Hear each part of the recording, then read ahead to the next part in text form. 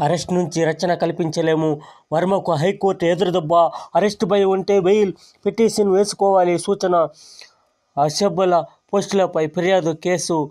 ఈ విధంగా మన ఆంధ్ర రాజకీయాలు ఈ విధంగా మాటలు తూటాలు, అరెస్టులు, వారెంట్లు ఈ విధంగా ఒకరి మీద ఒకరు ఈ విధంగా